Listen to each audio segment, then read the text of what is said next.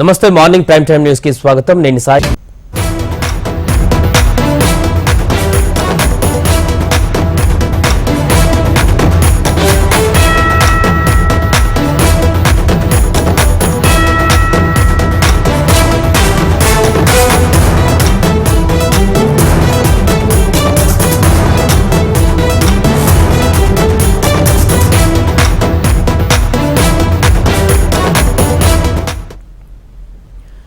నిరుద్యోగుల సమస్యలపైన నేడు చలో సెక్రటేరియట్ కు ఏపీ కాంగ్రెస్ పిలుపునిచ్చింది. చలో సెక్రటేరియట్ పేరిట సచివాలయ మార్చు చేపట్టాలని నిర్ణయించింది. యువతకు అన్యాయం జరుగుతోందంటూ కాంగ్రెస్ పార్టీ శ్రేణులు వైసీపీ ప్రభుత్వానికి వినతి పత్రం అందించాలని భావించాయి. అయితే చలో సెక్రటేరియట్ నేపథ్యంలో పోలీసులు కాంగ్రెస్ నేతలను హౌస్ అరెస్ట్ చేస్తున్నారు. కాగా కార్యక్రమంలో పాల్గొనడానికి ఏపీసీసీ అధ్యక్షురాలు వైఎస్ షర్మిల విజయవాడ చేరుకున్నారు. ప్రస్తుతం ఆమె పార్టీ కార్యాలయంలోనే ఉన్నారు. వాస్తవానికి ఆమె కాంగ్రెస్ సీనియర్ నేత కేవీపీ నివాసంలో బస చేయాల్సి ఉంది. హౌస్ అరెస్టుల నేపథ్యంలో ఆమె పార్టీ కార్యాలయంలోనే ఉన్నారు. అయితే కాంగ్రెస్ నేతల హౌస్ అరెస్టులపైన వైఎస్ షర్మిల ఫైర్ అయ్యారు.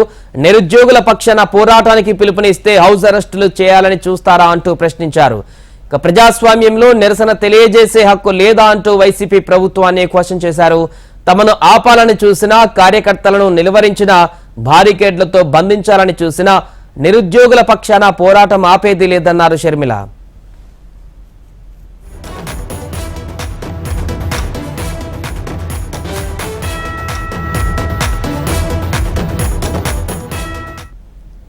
నిరుద్యోగుల సమస్యలపైన నేడు చలో సచివాలయంకు ఏపీ కాంగ్రెస్ పిలుపునిచ్చింది. ఇక దీనికి సంబంధించిన పూర్తి వివరాలు మా ప్రతినిధి కాంతి లైవ్ లో అందిస్తారు. కాంతి, ప్రస్తుతం అక్కడ సెక్రటేరియట్ ముట్టడికి సంబంధించిన అప్డేట్స్ ఏంటి? అటు పోలీసులు హౌస్ అరెస్టులు కొనసాగుతున్నాయి, కానీ వైసీపీ ప్రభుత్వాన్ని నిలదీస్తూ మీ ఎట్టి పరిస్థితుల్లో చేస్తామంటూ షర్మిల చెప్తున్నారు. అప్డేట్స్ ఏంటి? సాయి, ఈరోజు చలో సెక్రటేరియట్ కు కాంగ్రెస్ పార్టీ పిలుపునిచ్చింది. నిరుద్యోగుల పక్షాన పోరాడేందుకు కాంగ్రెస్ పార్టీ ఎప్పుడు పోరాటం చేస్తుందని దాంట్లో భాగంగానే చలో సెక్రటేరియట్ కి పిలుపునిచ్చింది. అయితే దానికి సంబంధించి ఆంధ్రప్రదేశ్ చీఫ్ అయినటువంటి షర్మిల రాత్రి గన్నవరం ఎయిర్పోర్ట్ కి చేరుకున్నారు. అక్కడ నుంచి ఏదైతే ఆమె అంబాపురంలోని నివాసానికి వెళ్లారో అక్కడ హౌస్ అరెస్టులు చేస్తున్న నేపథ్యంలో ఆవిడ రాత్రి 11 గంటల ప్రాంతంలో ఆంధ్రరత్న భవన్ కి చేరుకున్నారు. ఇక్కడే రాత్రంతా కూడా ఆమె బస చేసిన సందర్భం ఉంది. అయితే మరి కాసేపట్లోనే ఆమె చలో సెక్రటేరియట్ కి వెళ్లేందుకు కాంగ్రెస్ పార్టీ ఆఫీస్ నుంచి బయటకు వస్తారు. బయటకు వచ్చిన అనంతరం ఆమె ఈ బయటకు వెళ్లనీయకుండా రాత్రి నుంచి కూడా పోలీసులు భారీగా మోహరింపు చేశారని చెప్పుకోవాలి. చలో సెక్రటేరియట్ కు అనుమతి లేదు అంటూ కూడా పోలీసులు చెప్తూ ఉన్నారు. ఈ నేపథ్యంలో ఇక్కడ తెల్లవారుజాము నుంచి కూడా ఉద్రిక్త పరిస్థితులు అయితే కొనసాగుతున్నాయి. ఇప్పుడే గిడుగు రుద్రాజు అలాగే మస్తాన్ వలి ఇద్దరిని కూడా పోలీసులు అరెస్టు చేసి దీనికి తరలించడం జరిగింది. అయితే కేవీపీ నివాసంలో ఉండాలనుకున్నప్పటికీ కూడా హౌస్ అరెస్టులు చేస్తున్నారనే ఉద్దేశంతో ఇక్కడికి చేరుకున్నారు. అయితే ఉదయం 10 గంటలకు చలో సెక్రటేరియట్ కి వచ్చే పార్టీ ఏదైతే పార్టీ శ్రేణులతో కలిసి బయలుదేరాలని నిర్ణయించారు. అయితే ఎక్కడికెక్కడ హౌస్ అరెస్టులు చేయడంతో పాటుగా కాంగ్రెస్ పార్టీ చుట్టుపక్కలంతా కూడా పోలీసుల వలయాన్ని ఏర్పాటు చేశారని చెప్పుకోవాలి. అయితే మొత్తంగా చూసుకున్నట్లయితే నిరుద్యోగుల పక్షాన పోరాటానికి పిలుపునిస్తే హౌస్ అరెస్టులు చేయడం ఎంతవరకు కరెక్ట్ అంటూ కూడా వేలాదిగా తరలి వస్తున్న పార్టీ కార్యకర్తలను ఎక్కడికక్కడ అరెస్టులు చేస్తూ ఉన్నారు అంటూ కూడా షర్మిల ట్వీట్ చేయడం జరిగింది. దీనికి సంబంధించి పోరాటానికి ఖచ్చితంగా చలో సెక్రటేరియట్ కి వెళ్లేందుకు సిద్ధంగా ఉన్నామని, ఏది ఏమైనా కూడా వెళ్లి తీరుతాను అని ఆమె చెప్తూ ఉన్నారు. ఈ నేపథ్యంలో Congress party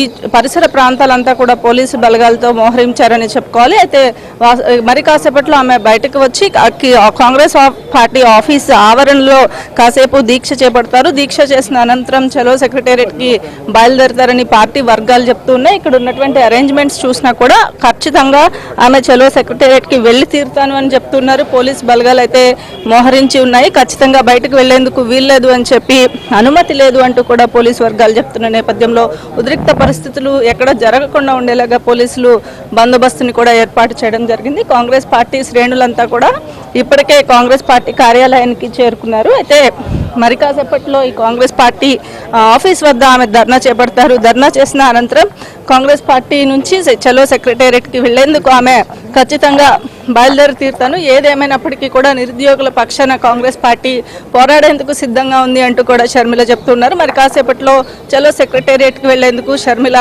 Congress party office నుంచి బయలుదేరబోతున్నారు. సాయి. రైట్, థ్యాంక్ యూ కాంతి.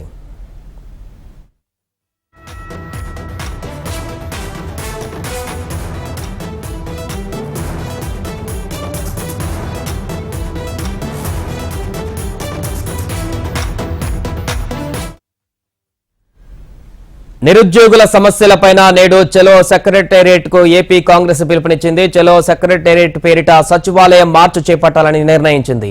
యువతకు అన్యాయం జరుగుతుందంటూ కాంగ్రెస్ పార్టీ శ్రేణులు వైసీపీ ప్రభుత్వానికి వినతి పత్రం అందించాలని భావించాయి. అయితే చలో సచివాలయం నేపథ్యంలో పోలీసులు కాంగ్రెస్ నేతలను హౌస్ అరెస్టులు చేస్తున్నారు. కాగా ఈ కార్యక్రమంలో పాల్గొనడానికి ఏపీసీసీ అధ్యక్షురాలు వైఎస్ షర్మిల విజయవాడ చేరుకున్నారు. ప్రస్తుతం ఆమె పార్టీ కార్యాలయంలోనే ఉన్నారు. వాస్తవానికి ఆమె కాంగ్రెస్ సీనియర్ నేత కేవీపీ నివాసంలో బస చేయాల్సి ఉంది. హౌస్ అరెస్టుల నేపథ్యంలో ఆమె పార్టీ కార్యాలయంలోనే ఉన్నారు. అయితే కాంగ్రెస్ నేతల హౌస్ అరెస్టులపైన వైఎస్ షర్మిల ఫైర్ అయ్యారు. నిరుద్యోగుల పక్షాన పోరాటానికి పిలుపునిస్తే హౌస్ అరెస్టులు చేయాలని చూస్తారా అని ప్రశ్నించారు. ప్రజాస్వామ్యంలో నిరసన తెలియజేసే హక్కు లేదా అంటూ వైసీపీ ప్రభుత్వాన్ని క్వశ్చన్ చేశారు. తమను ఆపాలని చూసినా, కార్యకర్తలను నిలువరించినా, బారికేడ్లతో బంధించాలని చూసినా నిరుద్యోగుల పక్షాన పోరాటం ఆపేది లేదన్నారు షర్మిల.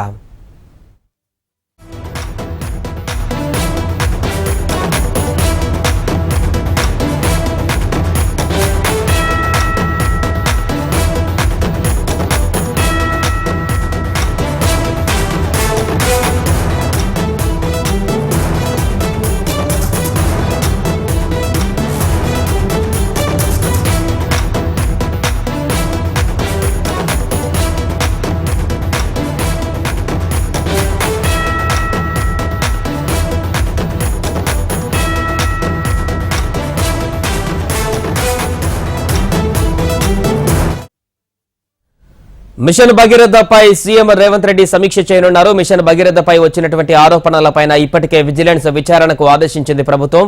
వేసవి కాలం వస్తుండటంతో తాగునీటి సరఫరా, రిజర్వాయర్లలో నీటి నిల్వలు, పెండింగ్ బిల్లులు, పనులు తదితర అంశాలపై సమీక్షించనున్నట్టుగా తెలుస్తోంది.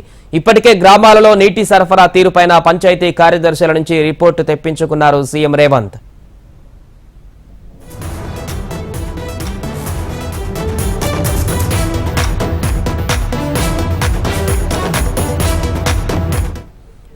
మిషన్ భగీరథపై సీఎం రేవంత్ రెడ్డి సమీక్ష చేయనున్నారు. మిషన్ భగీరథపై వచ్చినటువంటి ఆరోపణలపైన ఇప్పటికే విజిలెన్స్ విచారణకు ఆదేశించింది ప్రభుత్వం. ఇక దీనికి సంబంధించిన తాజా వివరాలు మా ప్రతినిధి ప్రవీణ్ ఫోన్ లైన్ లో అందిస్తారు. ప్రవీణ్, మల్కాజ్గిరిలో ముఖ్యమంత్రి రేవంత్ రెడ్డి సచివాలయంలో మిషన్ భగీరథపై సమీక్ష సమావేశం చేయబోతున్నారు. ఈ సమీక్ష సమావేశాల్లో గ్రామాల్లో నీటికి సంబంధించిన మాత్రం తాగునీటి అవసరాల కోసం ఎలాంటి జాగ్రత్తలు తీసుకున్నారు అనే దానిపై కూడా అధికారుల నుంచి కూడా ఒక ఫీడ్బ్యాక్ తీసుకోబోతున్నారు.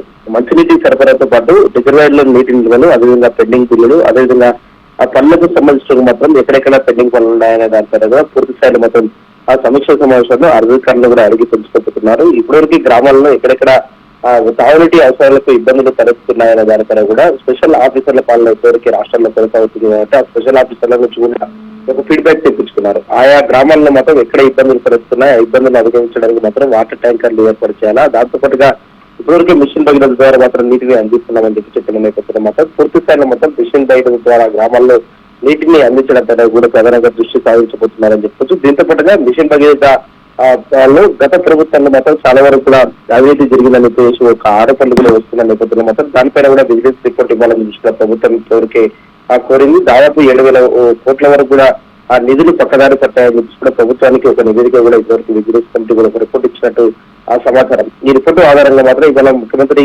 రేవంత్ రెడ్డి సమీక్ష సమావేశంలో మిషన్ భగీరథ పైన ఇంకా ఎలాంటి అంశాలపైన కూడా ఫోకస్ పెట్టబోతున్నారన్న దానిపైన కూడా ఒక క్లారిటీ అయితే రావాల్సింది. ఒక పక్క ఆ విజిలెన్స్ రిపోర్టు, ఇంకో పక్క మాత్రం తాగునీటి అవసరాలకు గ్రామాల్లో ప్రజలు ఇబ్బందులు పడకుండా ఎలాంటి జాగ్రత్తలు తీసుకోవాలన్న దానిపైన కూడా ప్రభుత్వం దృష్టి అయితే పెట్టబోతుందని చెప్పుకొస్తాయి. Right, thank you Praveen.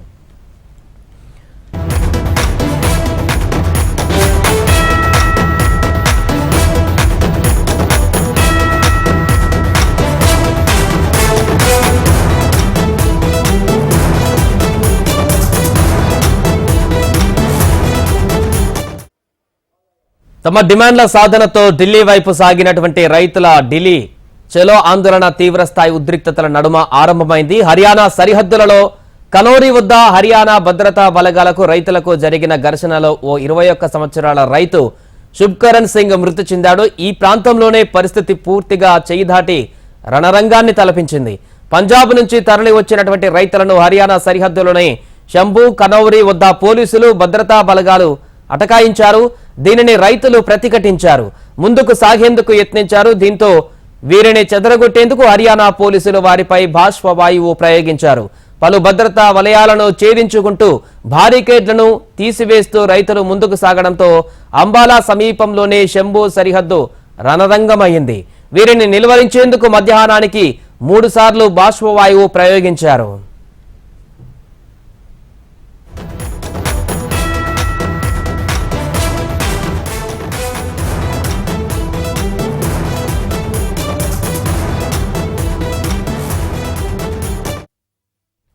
తమ డిమాండ్ల సాధనతో ఢిల్లీ వైపు సాగిన రైతుల ఢిల్లీ చలో ఆందోళన తీవ్రస్థాయి ఉద్రిక్తతల నడుమ ఆరంభమైంది. హర్యానా సరిహద్దులలో కనౌరి వద్ద హర్యానా భద్రతా బలగాలకు రైతులకు జరిగిన ఘర్షణలో నిన్న ఒక యువ రైతు మరణించాడు. దీనికి సంబంధించిన పూర్తి వివరాలు మా ఢిల్లీ కరెస్పాండెంట్ శిరీష్ లైవ్ లో అందిస్తారు. శిరీష్, ఢిల్లీ ముట్టడికి సంబంధించి రైతుల యొక్క ఆందోళన ఉద్రిక్తంగా మారినట్టు కనపడుతుంది. తాజా పరిస్థితి ఏంటి? ఈ రోజు రైతుల షెడ్యూల్ ఏంటి? సాయి, రైతులు తమ యొక్క ఆందోళనకు 2 రోజులు విరామం ప్రకటించారు. రేపు సాయంత్రం కల్లా కేంద్ర ప్రభుత్వం చర్చలకు దిగి రావాలి. అదేవిధంగా నిన్న బాష్పవాయు గోళాలు, అదేవిధంగా రబ్బర్ తూటాల ప్రయోగంలో ఒక యువ రైతు మృతి చెందాడన్న వార్త అనేది కూడా వస్తుంది. దీనిపైన నిజానిజాలన్నిటి కూడా బయటకు రావాల్సిన అవసరం అనేది కూడా ఉంది. అయితే రైతు ఎందువల్ల మృతి చెందాడనే దాని గురించి కూడా ఇంకా స్పష్టత అనేది కూడా లేదు. పోస్ట్ మార్టంలో వివరాలంటే కూడా తెలిసే అవకాశం కూడా కనపడుతోంది. అయితే హర్యానా పోలీసులు ప్రయోగించిన రబ్బర్ తూటాలు, అదేవిధంగా ఏదైతే బాష్పవాయు గోళాలకు సంబంధించిన దాంట్లో ఈ యువ రైతు మరణించాడనేది కూడా ప్రస్తుతం వార్త. అయితే దీనికి సంబంధించిన స్పష్టత అనేది కూడా రావాల్సి ఉంది. మరోపక్క ఇటు రైతు సంఘాలు, అదేవిధంగా కేంద్ర ప్రభుత్వం చర్చలకు సిద్ధమని చెప్పేసి కూడా ప్రకటించాయి. ఈరోజు చర్చలు జరిగే అవకాశం ఉందని చెప్పేసి కూడా సమాచారం. నిన్న పొద్దునే కేంద్ర మంత్రి అర్జున్ ముండా తాము చర్చలకు సిద్ధమని చెప్పేసి కూడా ప్రకటించారు. కానీ రైతు సంఘాల నుంచి ఎటువంటి స్పందన రాకపోవడంతో నిన్న చర్చలు అనేవి కూడా జరగలేదు. ఈ రోజు కనుక రైతు సంఘాల నుంచి ఏదైనా స్పందన అనేది కూడా వస్తే చర్చలు జరిగే అవకాశం కూడా కనపడుతోంది. అదేవిధంగా ఈ యువ రైతుకు సంబంధించిన డెత్ అనేది కూడా ఎందుకు జరిగిందనే దాని గురించి కూడా స్పష్టత అనేది కూడా రావాల్సింది. హర్యానా పోలీసులు తమపైకి బాష్పవాయు గోళాలు, రబ్బర్ తూటాలను ప్రయోగించారని చెప్పేసి కనౌరి వద్ద నిరసనలో పాల్గొన్న రైతులు చెప్పారు. అయితే ఢిల్లీ చలో కార్యక్రమం అనేది కూడా ప్రారంభమైన తర్వాత ఒక రైతు చనిపోవడం అనేది కూడా మొదటిసారి. మరొక వైపు నిరసనకారులు తమపై రాళ్లు రువ్వడంతో 12 మంది సిబ్బంది గాయపడ్డారని చెప్పేసి కూడా హర్యానా పోలీసులు కూడా చెప్తున్నారు. సో ఏదేమైనప్పటికీ కూడా కొంత ఉద్రిక్తత వాతావరణం అనేది కూడా చోటు చేసుకున్న పరిస్థితుల నేపథ్యంలో చర్చలు కనుక ప్రారంభమై సానుకూల ఫలితాలంటూ కూడా వస్తాయని చెప్పేసి కూడా ఇరు వర్గాలు కూడా భావిస్తున్నాయి. Sai, right, thank you Shirish. ఇవాళ సమ్మక్క ఆగమనంతో జాతర పతాక స్థాయికి చేరుకున్నది. నేడు గిరిజనుల ఇలవేల్పు సమ్మక్క గద్దెకు చేరుకుంది. ఇక ఆ తల్లి ఆగమనం చూసేందుకు మేడారంలో భక్త జనకోటి ఆతృతగా ఎదురు చూస్తున్నారు. సాయంత్రం చిలకలగుట్ట నుంచి సమ్మక్కను గిరిజన పూజారులు ఆదివాసీ ఆచార సంప్రదాయాల ప్రకారం గద్దెపైకి తీసుకురానున్నారు. ఈ నేపథ్యంలో అధికారులు సర్వం సిద్ధం చేశారు. సమ్మక్క కోరి కొలిచిన వారి కొంగు బంగారం ఆ తల్లి. తాజా అప్డేట్స్ మా ప్రతినిధి రంగనాథ్ మేడారం నుంచి లైవ్ లో అందిస్తారు. రంగనాథ్, ప్రస్తుతం అక్కడ భక్తుల తాకిడి ఏ రకంగా ఉంది? ఈ రోజు ఎంతమంది అక్కడికి వచ్చేటువంటి అవకాశం కనపడుతుంది? అప్డేట్స్ ఏంటి? సాయి, వాళ్ళ మేడారం జాతరలోనే కీలకమైన ఘట్టంగా చెప్పుకోవాలి. వాళ్ళ సమ్మక్క గద్దెపైకి చేరే రోజు ఈ రోజు. చిలకలగుట్ట నుంచి సమ్మక్కని గద్దెపైకి చేరుస్తారు. నిన్న అర్ధరాత్రి నుంచే ఆల్రెడీ పూజలు ప్రారంభమయ్యాయి. ఇందుకు సంబంధించి సమ్మక్క పూజలంతా కూడా సమ్మక్క దేవాలయంలో పూజలు చేశారు. ఆ తర్వాత తెల్లవారుజామున చిలకలగుట్టకు వెళ్లి కూడా పూజలు చేశారు. కొద్దిసేపటి తర్వాత సమ్మక్క గద్దె వద్దకు వచ్చి ఆ గద్దెని శుభ్రం చేసి అక్కడ అలికి ముగ్గులు పెట్టిన తర్వాత కంకవనాన్ని ఇక్కడ ప్రతిష్ఠిస్తారు. సాయంత్రం 5 గంటలకి చిలకలగుట్టకి సమ్మక్క పూజారులు వెళ్తారు. వాళ్లతో పాటు రాష్ట్ర ప్రభుత్వ అధికార లాంఛనాలతో ఈ సమ్మక్కను తీసుకొచ్చే క్రమం ఉండడంతో జిల్లాకు సంబంధించిన ములుగు జిల్లా యంత్రాంగం అంటే జిల్లా కలెక్టర్, ఎస్పీతో పాటు మంత్రి సీతక్క, ఇతర విభాగాల అధికారులంతా కూడా వెళ్తారు. సో వీళ్ళంతా కూడా అక్కడ సమ్మక్కను తీసుకొచ్చే ప్రయత్నం చేస్తారు. ఆ సమ్మక్కను తీసుకొచ్చే క్రమంలోనే ఎస్పీ 3 రౌండ్లలో కాల్పులు జరిపి సమ్మక్క రాకను భక్తులకు తెలియజేస్తారు. సమ్మక్క రాకకు గౌరవ సూచకంగా తెలియపరుస్తారు. సో ఇక్కడ భక్తులు ఉన్నారు, వీళ్ళతో మాట్లాడదాం. సో ఎక్కడి నుంచి వచ్చారండి? గోదావరి కన్నా వచ్చామండి. రెగ్యులర్గా వస్తారా? రెగ్యులర్గా వస్తారా? రెగ్యులర్గా వస్తాం. అమ్మవారి మొక్కులు తీర్చుకోవడానికి చాలా బాగుందండి. అరేంజ్మెంట్స్ కూడా చాలా బాగుంది. అందరినీ చూస్తుంటే చాలా సంతోషంగా ఉంది. చాలా మంది ఉన్నారు కదా. Thank you. గోదావరి నుంచి వస్తాం. ఎలా ఉంది జాతర? మీ ఏర్పాట్లు చాలా బాగున్నాయి. పోలీసులు బాగా మంచి ఏర్పాట్లు చేసినారు. చాలా బాగుంది. సో మీరు ఎట్లా ఆర్టీసీ బస్సులో వచ్చారా? వెహికల్లో వచ్చాం. పార్కింగ్ ప్లేస్ ఇచ్చారు. ఇచ్చిన పాయింట్లోనే ఆపాము. మంచిగా ఉన్నాయి, ఏర్పాట్లు బాగున్నాయి. చూడొచ్చు ఇంకా చాలా మంది భక్తులు అసలు ఈ రోజు ఉదయం నుంచి కూడా ఇక్కడికి భక్తజన్ సందోహం పెరిగిందని చెప్పాలి. ఇప్పటికే పెద్ద ఎత్తున భక్తులు ఇక్కడికి రావడంతో అటు అన్ని విభాగాల అధికారులు అప్రమత్తమయ్యారు. ప్రధానంగా పోలీస్ శాఖ దీనికి సంబంధించిన వరకు ఏర్పాటు చేస్తున్న పరిస్థితి కనిపిస్తుంది. సుమారుగా 14,000 మంది పోలీసులు ఈ జాతర పనుల్లో నిమగ్నమయ్యారు. ప్రధానంగా క్రౌడ్ కంట్రోలింగ్, తర్వాత ఇక్కడ ఉన్న పూర్తిగా ప్రతి ఒక్కటి అంటే క్రైమ్ కంట్రోలింగ్, ఈ 2 అంశాలు ప్రధాన లక్ష్యంగా పోలీస్ శాఖ పనిచేస్తుంది. చూడొచ్చు గద్దెల ప్రాంగణం వద్ద కొంత దొంగతనాలు పెరుగుతున్న నేపథ్యంలో వాళ్ళు కూడా కొంత ఇబ్బందులు పడుతున్నారు. సో ఇక్కడ కూడా కొంత ఎక్కువగా డిప్లాయ్ చేసిన పరిస్థితి కనిపిస్తుంది. సో ఎక్కడి నుంచి వచ్చారు? మాది ఖమ్మం అండి. Own proper Warangal. మాది పాలకుర్తి నియోజకవర్గం, మొండ్రా విలేజ్. వస్తారా? రెగ్యులర్గా వస్తామండి. బాగానే ఉంటుంది. ఆసియా ఖండంలో అతిపెద్ద గిరిజన జాతర కాబట్టి అసలు మాకు చాలా సంతోషకరమైన విషయం. నేను కూడా గిరిజనే. చూడగానే ఇక మాకు 2 సంవత్సరాలు ఒకసారి కాదు, ముందు సంవత్సరాలు కూడా జాతర ప్రభుత్వం ఏర్పాటు చేయాలని కోరుతున్నాము. 2 సంవత్సరాలు ఒకసారి ఏర్పాటు చేయడం వల్ల ప్రజలు ఇబ్బంది పడుతున్నారు. ప్రతి సంవత్సరం మన తిరుపతి వెంకటేశ్వర స్వామి దర్శనం ఉన్నట్టుగా ఉంటే రష్ కూడా తగ్గుతుంది. వచ్చే వాళ్ళు కూడా దర్శనం చేసుకుంటారు. ఏంటమ్మా మొక్కులు? చెప్పండి. మొక్కులు ఇదే ఫస్ట్ టైం రావడం. జాతర మాత్రం చాలా బాగుంది. ఫెసిలిటీస్ కూడా మంచిగా పెట్టినారు. కాకపోతే కొంచెం జంపన్న వాక్ దగ్గర కొంచెం ట్రాఫిక్ ఎక్కువ ఉంది. అక్కడ క్లియర్ ఉంటే బాగుండేది అంతే. ఏంటి అంటే వాటర్ ఫెసిలిటీ అవన్నీ బాగానే ఉన్నాయి. అంతా బాగున్నాయి. ఎక్కడ ఏ ఇబ్బంది లేదు. అన్ని బాగున్నాయి. అంతా బాగుంది. సో చూడొచ్చు ఇంకొంతమంది భక్తులు కూడా ఉన్నారు. వీళ్ళతో మాట్లాడే ప్రయత్నం చేద్దాం. సో చెప్పండి, ఎక్కడి నుంచి వచ్చారు? ఏంటి అసలు ఎట్లుంది జాతర? హైదరాబాద్ నుంచి వచ్చాం. దమ్మాయి కూడా జాతర ఈ ఫెసిలిటీస్ అన్ని ఎట్లా ఉన్నాయి? బాగానే ఉన్నాయి. సో మీరు ఎక్కడ చూడరు కదా ఇట్లాంటి జాతర. మనకంటే ఎక్కడ ఇట్లాంటి అట్మాస్ఫియర్ కనిపించదు మిగిలిన టెంపుల్స్ లో కానీ ఎక్కడ కానీ. సో ఇది జాతరలు చూస్తాం. మీకు ఎట్లా అనిపిస్తుంది? బాబాయ్ నేను ఇదే ఫస్ట్ టైం రావడం. నేను ఎప్పుడు రాలేదు. చాలా బాగుంది. ఇంత క్రౌడ్ గా ఉన్నా కూడా తెలంగాణలో ఫేమస్ ఫెస్టివల్ కదా. చాలా బాగుంది. చాలా బాగుంది. పబ్లిక్ కూడా చాలా బాగుంది. మేము హైదరాబాద్ నుంచి వచ్చాము. ప్రతి సంవత్సరం వస్తూనే ఉంటాము. అమ్మవాళ్ళ కృపా కటాక్షాలు తీసుకొని అందరూ ఆరోగ్యాలతో ఉండాలని చెప్పి కోరుకుంటున్నాం. చిన్నప్పటి నుంచి వస్తూనే ఉన్నాం ఇక్కడికి. చాలా జాతర బాగుంటది. నమ్మకమైన అమ్మవారు. అప్పటికిప్పటికి ఏమైనా మార్పు ఉందా జాతరలో? మేమంటే చిన్నప్పుడు అలా ఇప్పుడే వస్తున్నాం. అంటే 10 years నుంచి వస్తున్నాం. బాగుంటుంది.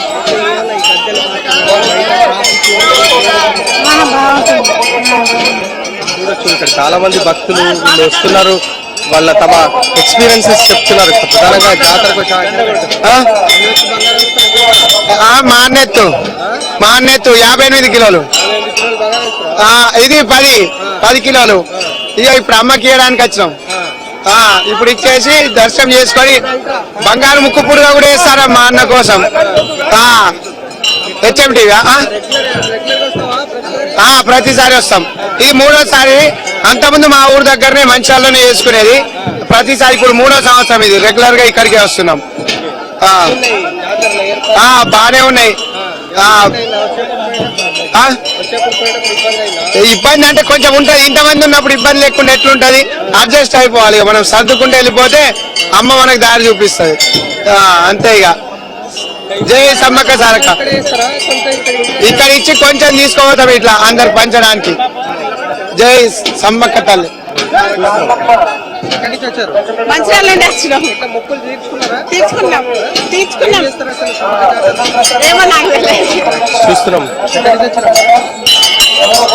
చూడొచ్చు భక్తులంతా కూడా ఎక్కడెక్కడి నుంచో ఇక్కడికి వస్తున్నారు. వీళ్ళంతా కూడా మొక్కుబళ్ళు చెల్లించుకుంటున్నారు. జాతరకు వచ్చే భక్తులు మొక్కుబళ్ళు చెల్లించుకోవడంతో పాటు సారలమ్మ గద్దెపై కొలువు తీరింది. ఇక సమ్మక్క కొలువు తీరడం కోసం ఎదురు చూస్తున్న పరిస్థితి ఇవాళ కంప్లీట్ గా ఇక్కడ ఉంటారు. ఇవాళ రాత్రి సమ్మక్క గద్దెపై కొలువు తీరిన తర్వాత మళ్ళీ పూర్తిగా మొక్కులు చెల్లించుకొని రాత్రి నుంచి వీళ్ళంతా కూడా ఇక్కడికి వస్తున్నారు. 3 రోజులు ఇక్కడే ఉంటారు. దాదాపుగా మొత్తం మేడారం ఒక గుడారంగా మారిందని చెప్పాలి. సో ఇక్కడ చూస్తున్నాం. యాక్చువల్ గా నేను రావడం ఇది ఫస్ట్ టైం, బట్ ఇంత రష్ ఉంటుందని అసలు ఎక్స్పెక్ట్ చేయలేదు. చాలా అంటే చాలా రష్ ఉంది. అసలు ఇలా ఉంటుందని ఎక్స్పెక్ట్ చేసి రాలేదు మేము. యాక్చువల్ గా నార్మల్ గా ఉంటదేమో అనేసి వచ్చాము, బట్ ఇక్కడ చాలా మంది చాలా రష్ ఉన్నారు. ఇది మొత్తంగా మనం జాతరలో చూస్తున్నాం.